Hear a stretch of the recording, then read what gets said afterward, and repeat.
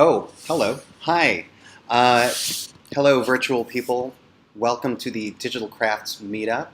We're going to be doing a clone of the Google homepage. Um, this meetup, as I just mentioned, is brought to you by DigitalCrafts. We are a boot camp located in downtown Atlanta. We do a 16-week immersive full-stack web development course in addition to a 24-week flex program that teaches the same curriculum but accommodates folks who can't quit their day jobs and need to learn web development anyway. Excellent. So thank you again for joining. Essentially, I'm going to walk you through trying to build the Google homepage starting from this beautiful web page you see before you now.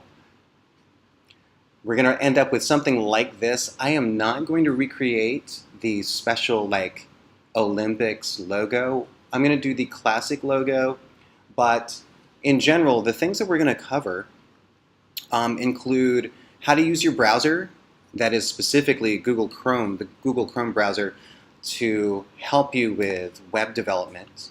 We're going to look at some useful HTML tags that you may or may not be familiar with, and then we're going to look at a good bit of CSS for doing layouts. That is, how do we take some HTML and then make it look a bit more interesting than the starter code that I'm going to show you. Also, regarding doing CSS layout, that is a deep topic. I'm going to try to keep it fairly simple. You don't need to know a lot of code in order to get the effect of the clean, crisp Google homepage. We're even going to make it work. Like you'll be able to fill out the the search bar, hit the search button, and then have it actually perform a Google search. What we will not be doing is using JavaScript. I'm going to show you how to get the same effect, but without JavaScript. Okay. Now, to begin, I already mentioned that I'm recommending that you have Google Chrome as your browser. If you do not have Google Chrome, you can just Google Chrome browser, and they are happy to supply you with download links. Just click one of those results, and you can click a download button, which will download for your platform. Also, if you don't already have some sort of a program that will let you edit code, then I would recommend Visual Studio Code. It is made by Microsoft, but it's an excellent piece of free software. They did a really good job. It's wonderful for web development. It is what we used in the boot camp. You know, like I said, if it's for folks who maybe you need a suggestion, maybe you just want to try it out, and if you would like to follow along and you don't have a text editor, go ahead and download this now. It is available for Windows, Mac, and Linux, as is the Google Chrome web browser. Okay, now, next thing you're going to need is some starter code. Whoops, sorry. Hopefully you can see this. If you cannot, I will make sure and have this posted to the Twitch channel. I've got a bit.ly link that's bit.ly/dc-meetup-2018-02. That's a link to a zip file that contains the starter code. That's where I'm going to be starting from, and I'm going to take you from my bare bones Google homepage to one that looks a lot better.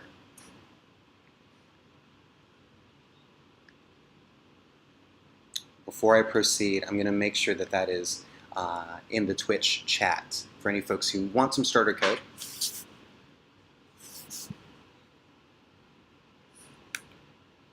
And if you're in the Twitch channel and you are looking at the tiny mohawked head in the corner, that's me. Hello, my name's Chris Aquino. I probably didn't mention that earlier, but if you see me looking around, I've got two other folks in the room who are live and not virtual.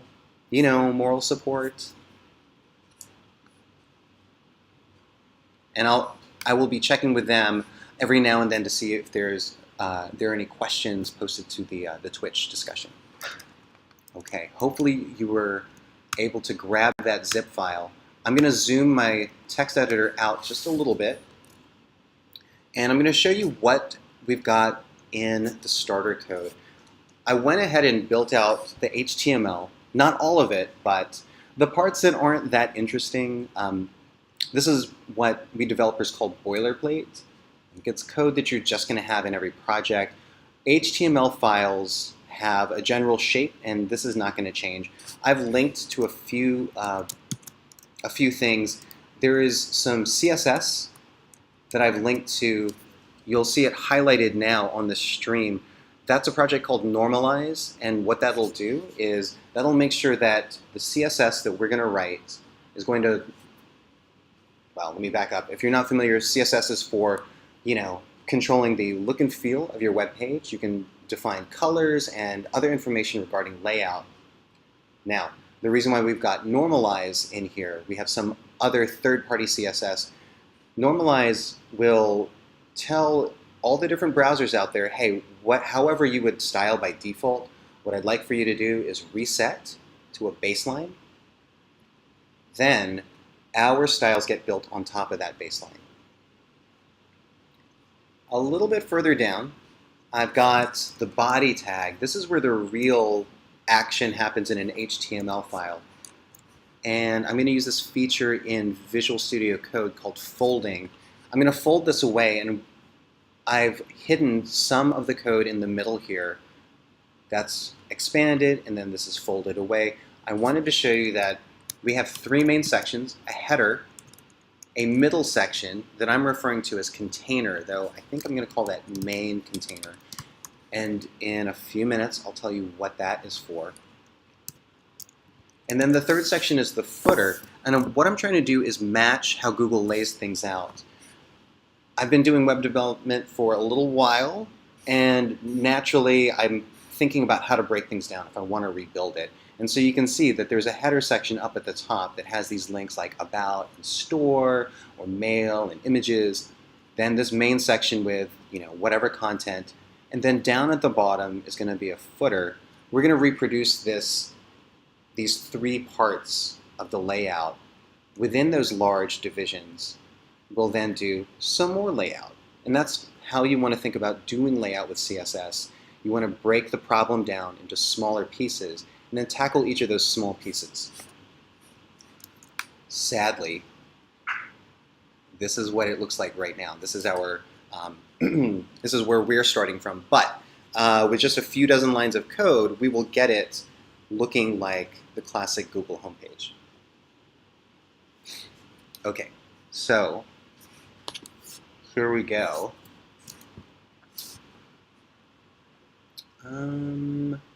Where should I? Oh, sorry. Sorry, my windows went kind of crazy. All better. Here's some more stuff that's happening in the main container. First off, I know that I'm going to need to style this part of the web page, so I've given it a class. Classes are the best way to designate that some piece of HTML is going to need to be styled a certain way. We won't put our styling information here in the HTML file. We're instead going to do that in a CSS file, which I've created and called Index.css. I'll talk about this in a moment, but switching back, just a couple more tags that I want to point out. We've got an H1, that is a heading tag, and it's like big heading tag. Fun fact, headings are used by Google when they are indexing web pages to say, oh, okay, so this must be important. When you're building web pages, you can use any number of tags to wrap around your content, but some of them will look better to search engines than others. So your really important stuff, use an H1 tag. What I've got highlighted right now is the form tag, and this is what's going to allow us to type in some search string and then actually send that to Google so it can show us search results. The important part is here in the action.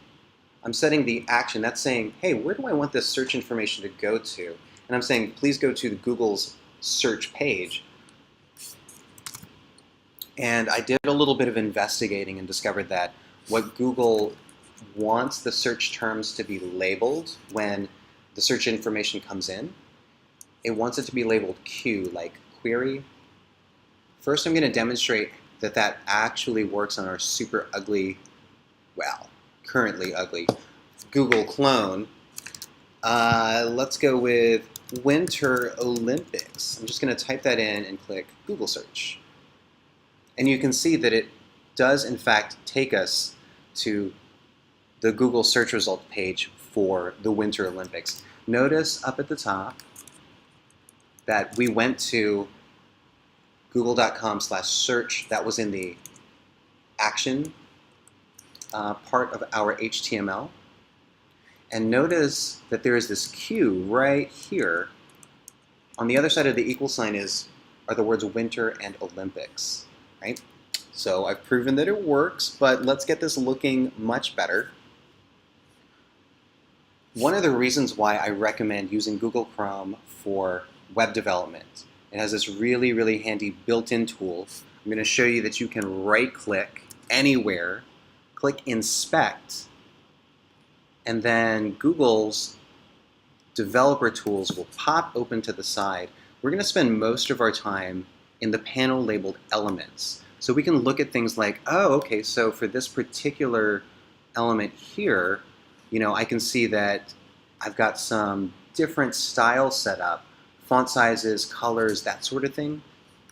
I can even click this little select button. Now I can, with that activated, I can move down and I can click things, elements on the screen, and I can see, oh, okay, so this one has a background that is described by this value. That's a hex color value. Don't try to memorize things like that. Usually tools like the dev tools will let you use a color picker. So in the dev tools, all I did was inspect a thing that had some sort of color information attached to it. And then I just clicked the little box next to the hex color. Now I can choose a different color. Notice that it appears that I'm restyling Google's homepage. I'm really not. I am tweaking the styles, but only for me. Like when the page is being viewed in my browser, I've got control over the page, but really the Google homepage is totally safe.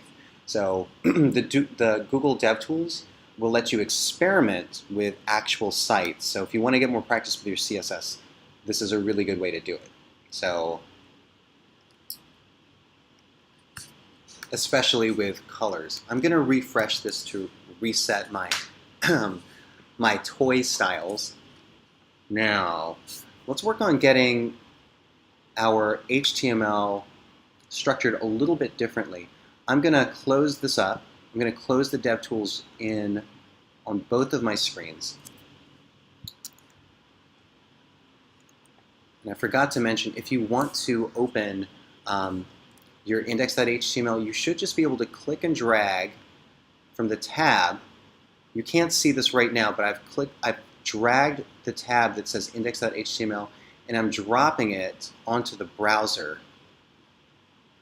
I will prove that it works. Here's a new tab.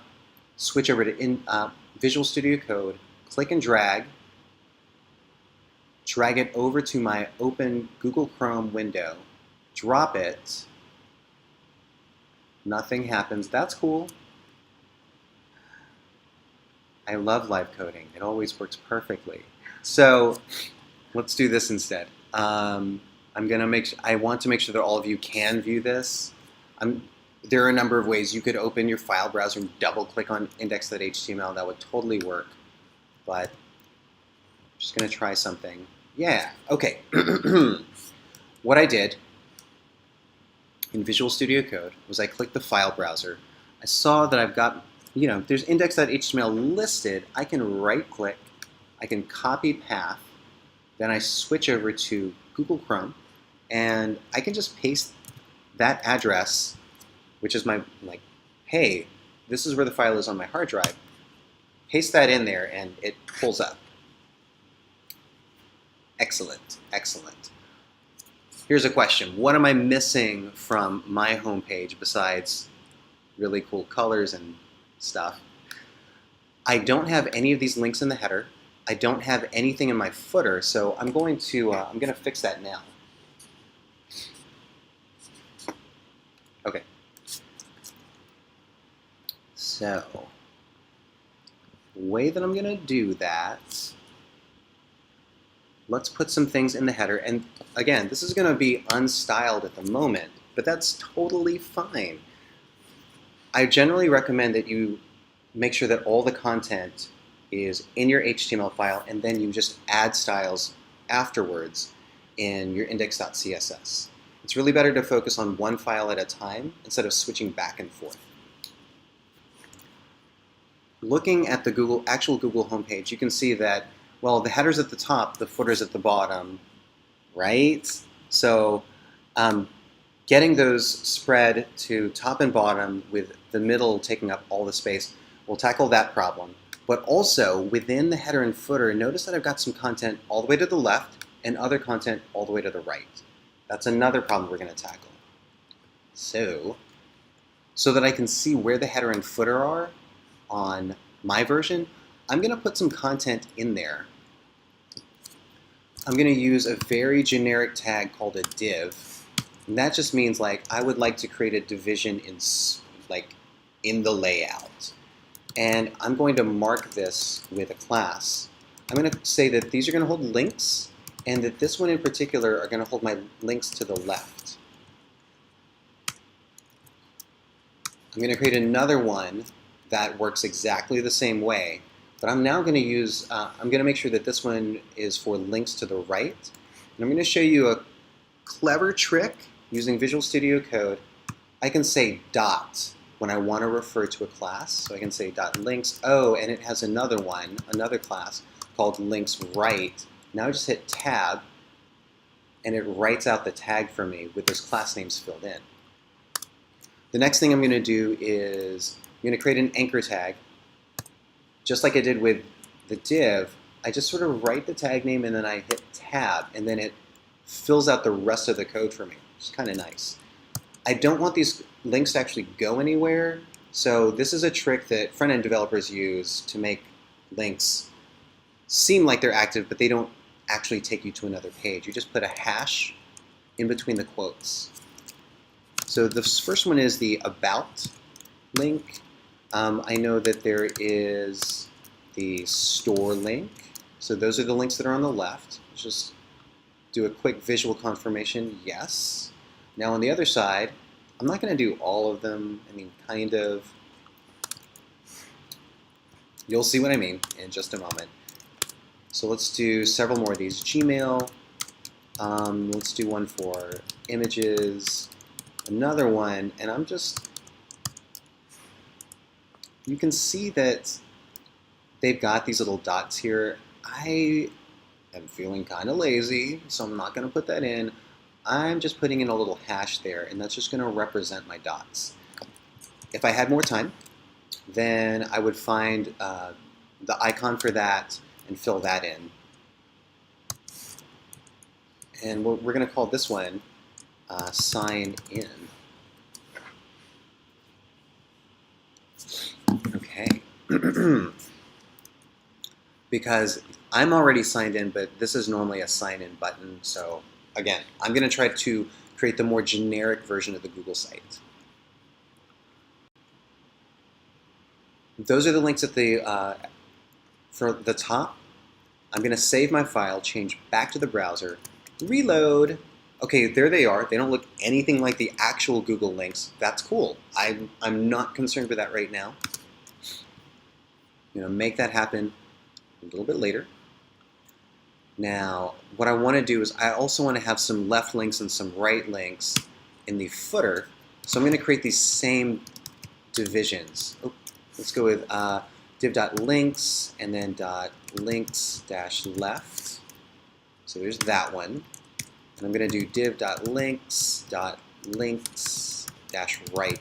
Some of you might be wondering, why am I tagging all of these links and links left or links right? That's sort of a CSS organization thing, and I'll show you that there are some styles that I want to apply just to things with class name links, but specifically for the links left, and links right, I'm going to target the whole left and right behavior to those specifically, like individually. Links left, go to the left. Links right, go to the right. Now I'm going to fill in my my links at the bottom. Advertising. Can I spell? Yes, I can. Businesses. Cool. Let's do this. Privacy. No comment. Terms. Settings. All right. Awesome.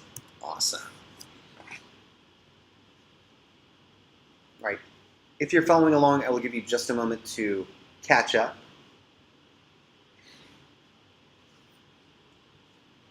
I may or may not be referring to one of the students here who's sitting like right in front of me.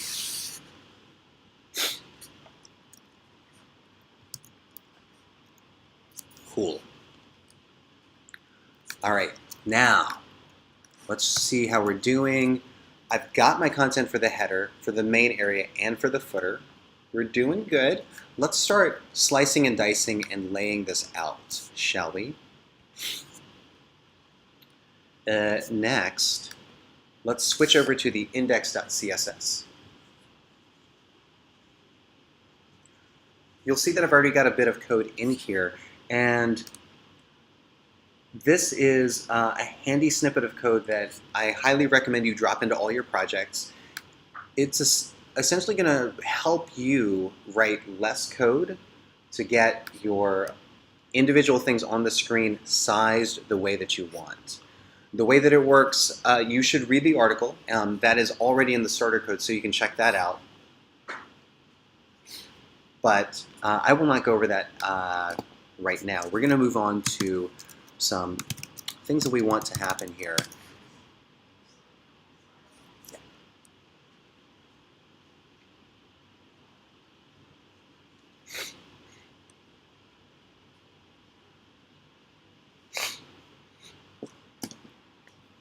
All right, at the top of the index.css, move down just past the snippet of code that's already in there, and we're going to say that I want the HTML tag and the body tag to be a certain size. Why do we need to do that? Well, because technically your web page is made up of an HTML tag, which is the whole thing, and the content is in the body. This is a trick for getting your web page to stretch all the way out to fill the screen. So I'm going to say that for both of these, their height should be 100%. That means take up as much room as possible in the vertical direction and be as wide as possible horizontally. We're not really going to see much of an effect here. I can show you by adding a background color. How about a nice neon green? Save that, switch back, and you can see that the whole screen is filled in with green. I'm switching back to Visual Studio Code. I'm gonna delete that. I don't really want that to happen. I just wanted to experiment.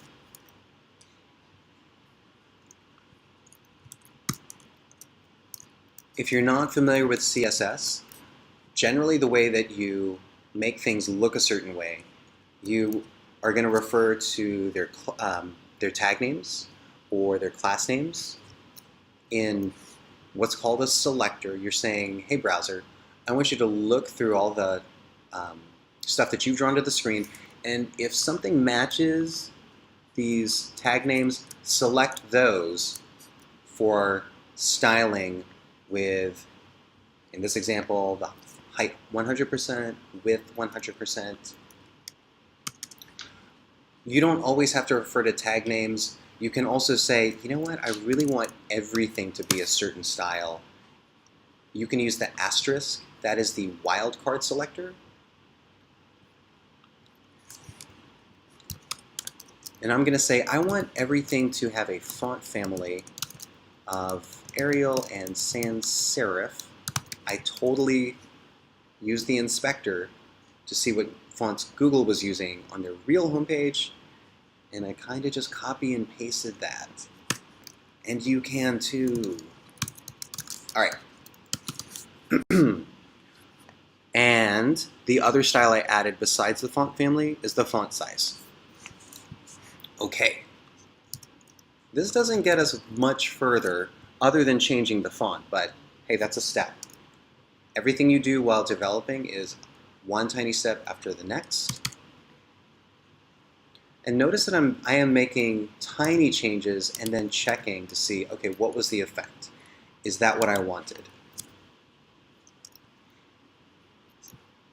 Here's the first problem we're trying to solve. We're trying to make sure that the header's at the top, the footer's at the bottom, all the way at the bottom, and that the middle is kind of stretchy and flexible. To achieve that effect, we're going to use something called Flexbox. Now, Flexbox is part of CSS, and it lets us create flexible containers for our content.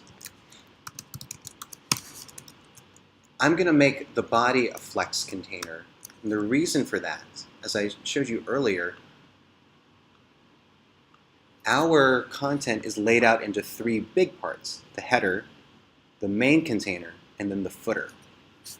So those are all children of the body. That is, they are nested inside of the body. So I want to say that the body, you need to be a flex container. I do that by typing display flex.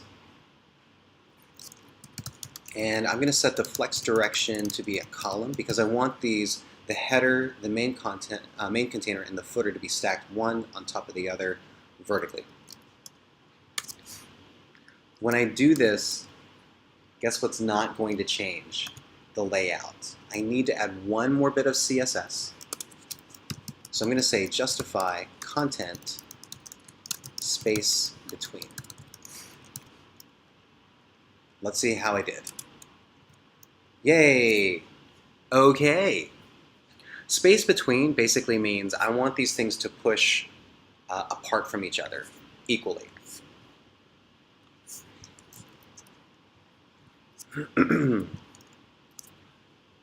I'm not totally done here, but my three main parts have been laid out. Headers at the top, footers at the bottom, main content is in between. So I'm going to leave that for now. I would really like to work on the header and footer. I want my stuff left and right, and I know that there's some other styling that I need to do. So let's go with that. Now I'm going to say, all right, for my header and my footer elements, how do I want to style those? It seems like, remember I referred to the div with links left and then the other one with links right, and those are spread apart to the edges? If you guessed Flexbox, you guessed correctly. I'm going to turn each of the header and the footer also into flex containers. But this time, I want to set the flex direction to row because I want them all in a line, and then I want to create space in between them. And let's go with justify content, space between. So I'm going to save that, and let's see what happens. Okay, there we go. They're all spread out. And notice that on the real Google homepage, that there's some white space around those. I'm going to show you how to get that effect. In order to do that, we're just going to add some padding inside the header and the footer. I saved, I reloaded, and now they've got the space. I'm now going to open the DevTools. I'm going to inspect the header. I want you to notice that the header is highlighted with two different colors. There's the green space around all the content, and then inside of the header, there's the blue. You get a visualization of that in the DevTools, and you can see that the content itself is just the small area in between. Those are the links. Outside of that, that's the padding. So when you want to add white space inside of something, you're going to set padding. And because I applied that to the header and the footer selectors, that happened for the header and the footer. I know. What else is going on with the Google homepage? Well, I see that the footer has this background color, and I would totally like to rip that off. So I'm going to right click, I'm going to inspect it. The Google homepage, notice it has a lot more markup than mine, so you might need to hunt around. Luckily, in the DevTools, when you're on the Elements panel, you can just sort of hover over the different tags. And when you see the thing highlighted that you're interested in, you just click it. That will update the Styles panel. And now I see, oh, cool. The footer has a background that is this color that's F2, F2, F2.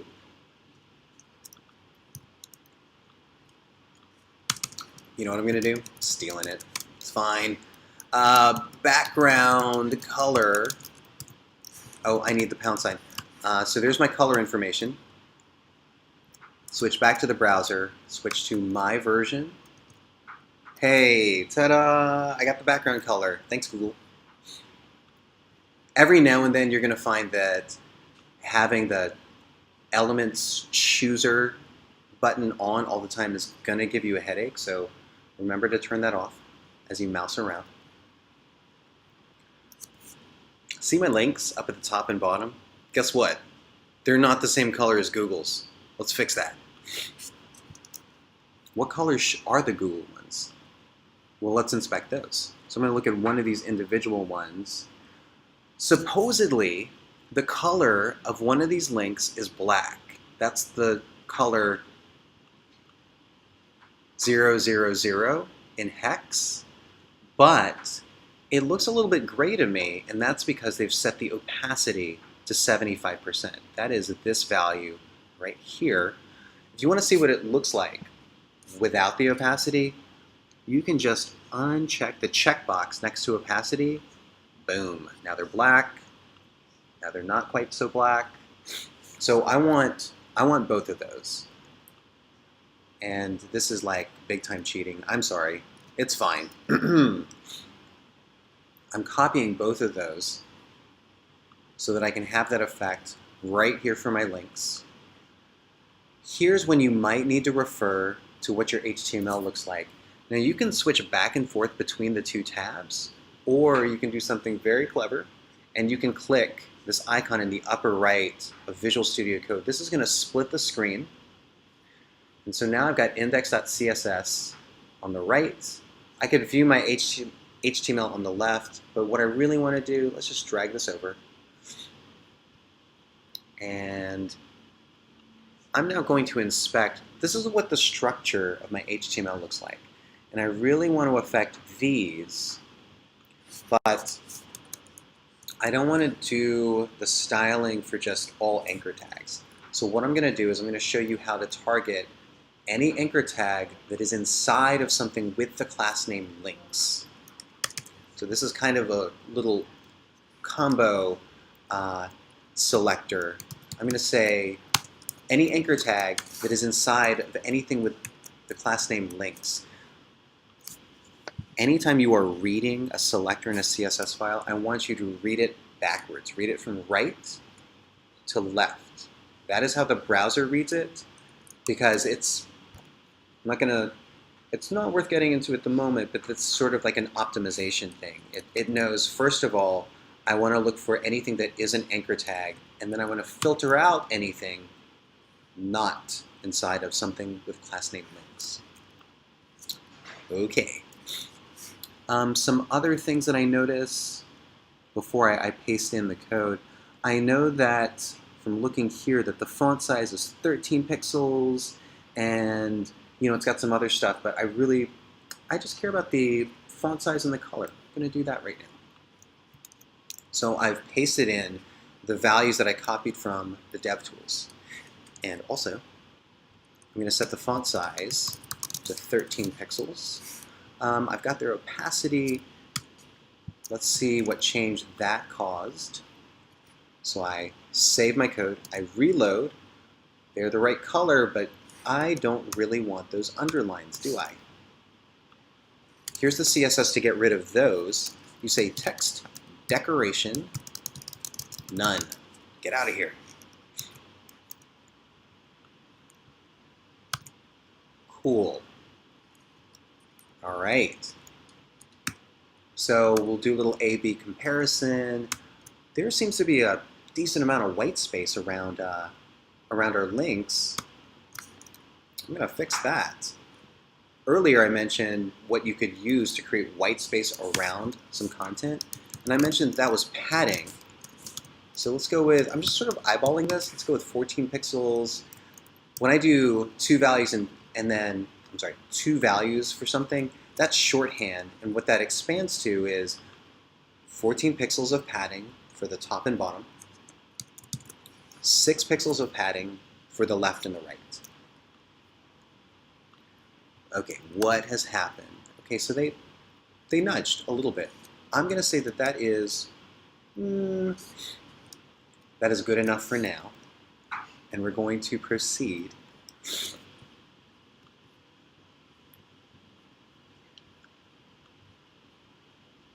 All right. I want to do some styling on the logo, because my logo is just this ugly text. I could go through and mark each of these with a class name and give them a different color, but I'm totally going to cheat. And I'm going to do a Google search for the Google logo. Google logo. I'm going to show you how to use an image. Let's see, which one? Let's go here. Now, I'm very sad that Google image search has gotten rid of the view image feature, but that's okay, because I have the DevTools. And that makes me able to find any resource that I need. I'm going to open this image in a new tab. Here's the URL for it. That is the address on the internet. I just want to access this image. I'm going to use that in my CSS. So currently, I've got in my main container, I've got this h1. I don't want to style just an h1. I'm going to give this a class. So it's now got the class name logo. And remember what I said earlier about search engines giving importance to content that's inside of like an h1? Well, I want this still to be inside the h1 tag, but I don't want it to be visible. So I'm going to show you a trick for hiding it. Let's wrap this in a span.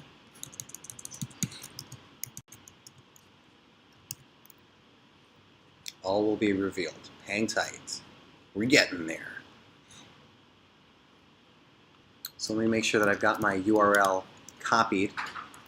Let's do this. So my logo, first I'm going to show you how to hide a thing. We're going to say for any span that is inside of something with the class name logo, I'm just going to set its opacity to 0. Let's see what that did. Ah, the text, I can't see it. Totally fine, I don't want to. Now for my logo, I'm going to take that big crazy address that I copied, for the Google logo image, I'm going to say background image, colon, make this a little wider, URL. I'm going to open close parens just so I want you to see that there is definitely a semicolon at the end of the line. This is a CSS function. It says, I want you to use the image located at this thing out on the internet. So in between these parentheses, this is where I'm going to paste the big crazy URL. It's real big, it's real crazy. It's a rather long line. I don't even care about the details. I just want to use it. Notice that there's a red squiggle. It doesn't like something about this. And if I scan through, I notice that, well, I have to care a little bit because there are a bunch of parentheses in here. And so that's kind of messing me up. So I'm going to put a quote at the beginning. I'm going to go all the way to the end. And then I'm going to put another quote. So if I do that and then I reload, I don't really see anything. What I probably need to do is I need to set some size information for my background image and for the logo itself. So I'm going to say background, let's set your size to be 40%. I want you to be positioned in the center, and let's set the height to be 128 pixels and a width of, I don't know, 100%. Let's just try this out. So I save that. Again, I'm just setting some size and position information for the background image, but also some height and width information for the logo element itself. Reload. Go! Google, Google, Google. That's very excited. I don't want it to repeat. So I'm actually going to say background, repeat. No repeat. No repeat for you. All right? So background repeat, no repeat. Sounds ridiculous. Let's reload. Yay! There it is. So there's the Google logo. And next, let's work on this, all of this right here. My text input is really small, and the search button doesn't look anything like theirs, so I'm going to fix that. Also, the way that this is positioned, there is so much white space up at the top over the logo, and I really want it to be just a little bit away from the top. So let's do this. Just as a reminder, in our HTML, we've called this section of the page main container. That is, I gave it a class name main container. And that's what I want to style next. I'm going to say, for anything with class name main container, there's only one. I'm going to set its height to be 100%. And let's give a little bit of padding at the top. This unit, you've seen pixels, and I didn't really bother explaining what that was. Pixels are pixels. These are not pixels. This is a unit in CSS that refers to a line height. So it's like I want to put in 3 line breaks just up at the top. And now, let's see what that did. Cool. All right. So now we've moved all of that content up at the top. And if I inspect to see where my section is, so that's the logo, but this area here, notice that I'm just mousing over the section tag in the DevTools. Notice what's highlighted in blue. That's my main container. And there's a little bit of green on top. That's the padding I just added. Roughly equivalent to 3 line breaks. I'm good with that. But why is my form like way over to the side? Well, That's because by default, everything gets pushed to the left. So I'm going to say I would like this to be centered. I know it says text align, but they didn't ask me when they named these things. So I save that, I reload, and now this stuff is centered. I'm feeling good about this. Now I'm going to need to throw a good bit of styling at this input. We're going to do a few things.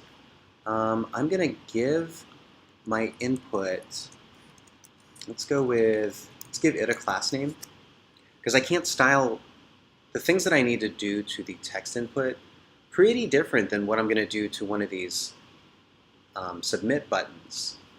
But a text input and a submit button, they're both of type input, so I can't just style an input.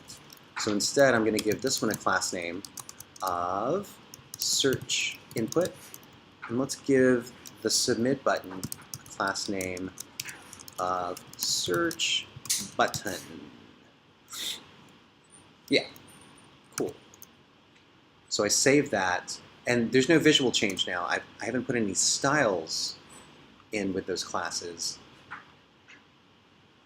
Let's do that now. Search input. Let's do, so I want this, if I want more control over its dimensions, I need to do something with its display property. We've seen that already when we set things to display flex. This is another value you can put in for display. This is display block. And that shoved it all the way over to the side again. That's okay. I know another trick. I'm going to set the margin. This is white space outside of an element. I'm going to set it 14 pixels from its neighbor to the top, and for everything else, I want it to push equally. So with that, it is centered again, but now I can control things like its width, its font size, its padding, other fun stuff like that. So let's do this. Let's set its width to be 50%. And then take a look at that. Now it's much wider. That's looking way more googly. It could be bigger, so let's go with font size 18 pixels. Just take a stab at that. Okay, not a dramatic difference. That's okay. Forgive me. I don't know. We can make. Let's go with 24. Yeah, 24 pixels. Next.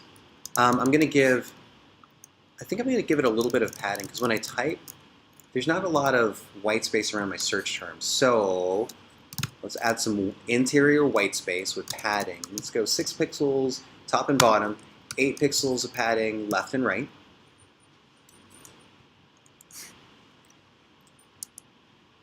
See what happened with that. Hello, this is a search term.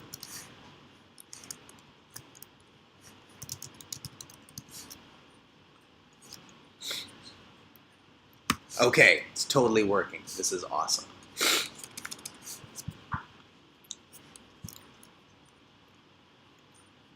So that's doing pretty good. I'm not going to do the feeling lucky, because that's like way fancier than I'm prepared to work with right now. I'm just going to do the Google search button. And I have a sneaking suspicion that the background color is just that F2, F2, F2, but I'm going to use the developer tools to confirm that. This is going to take some fishing around. Like looking through here, there's so many styles. That's okay. I'm going to do this. I have located the background color. It is in fact F2, F2, F2. And remember that I put the class search button on the button itself. So we're going to say search dash button, and we're going to do background dash color F2, F2, F2. And I know that there's a little bit of white space around there. So padding, let's go with 12 pixels, top and bottom, 16 pixels left and right. I'm going to save that and then switch back to the browser. Oh wait, that's the actual Google homepage. I'm going to switch to my version. I'm going to reload. Ooh, cool. Mine has this, I don't know, it's kind of darker around the edges. I don't want that. I want it to be this nice flat color. So let's do border none. So after I add border none, switch back to the browser, my version, reload, border's gone. Now they have that really cool little hover effect. I want that. Give it to me. Here's how you get the hover effect. Basically on any element. Search -button : hover. See this part here, the hover? You can think of that as a modifier. You're telling the browser, hey, I want you to add extra styles when something is being hovered. So we'll go with border, 1 pix, should be 1 pixel to make it solid. I'm going to go with just a really subtle gray. I don't know, 999. Or I could choose one, because Visual Studio Code also gives me a color chooser.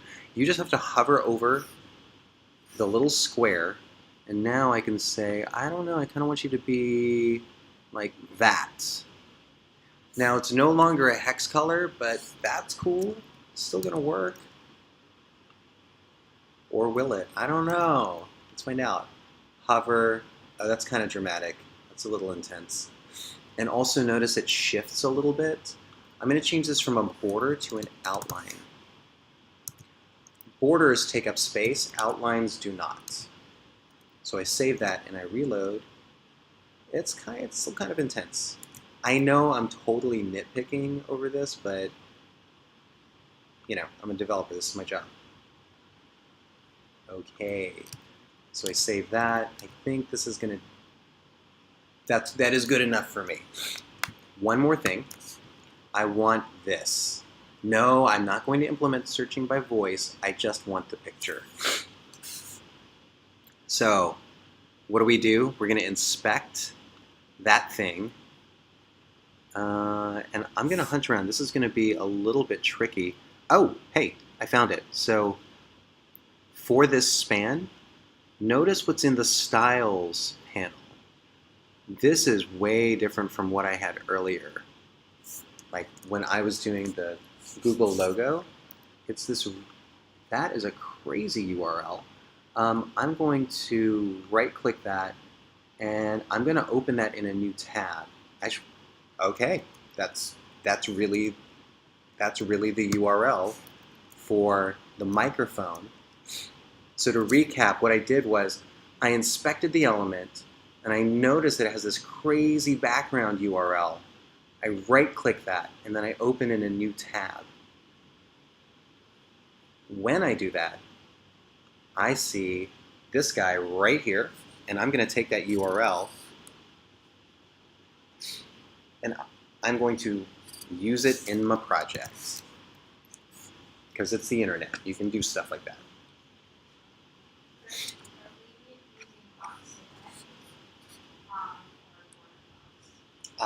Border box. There was an excellent question on Twitch about whether or not we were using a technique called border box, and we are. That is the one right here that is at the top of the Index.CSS, and that was included with the starter files. You don't have to use it, it's just my preferred way to start off a project. Okay, so I have Big Crazy URL. And here's what I'm going to do with that. I'm going to set a background image that is that crazy URL. I can already feel that I probably want quotes here. I don't know if I do, but we're just going to try this out. I want my background, I think the size, I mean, it looks like, I'm going to try 24 pixels by 24 pixels. And I'm going to set the, I'm going to see what happens when I do that. So back to my version. I put that totally in the wrong spot. Sorry. I don't want that on a search button. I want that on the search input. So, whoops. So again, background image, big crazy URL for the microphone. Set the size to 24 by 24. Also, let's make sure it doesn't repeat, because I just saw it repeated. Repeat. No, repeat. Cool, but it's supposed to be on the right, not on the left. So we're going to fix that. Background dash position. Let's say it should be the right and the center. So all the way to the right, horizontally, center vertically. Close. We're really close. I kind of want a little more breathing room on the right. So I can add a little modifier here and say I want it 8 pixels from the right. Yay! Okay, it's a little bit over from the side. And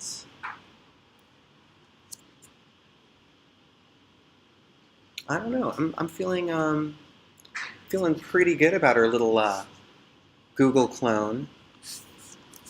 And just for funsies, I am once again going to Google I am Groot. Because I almost called this project Grootle, but it was not nearly as funny as I first thought it was going to be. Okay, so here are some of the things that we covered in this. We talked about using the dev tools. We looked at a few HTML tags like the header, the footer, the section, and then classics like divs and spans and anchor tags and H1s. Also, effective use of classes for doing your CSS. You're going to add those as you need them in your HTML. You can do more than one class name per HTML tag. You just got to separate them with a space. Pro tip, use normalize.css. You can grab that link from the starter file, or you can just Google and you can find the URL for it. After that, you add your styles so that they are starting from whatever Normalize has reset the browser to.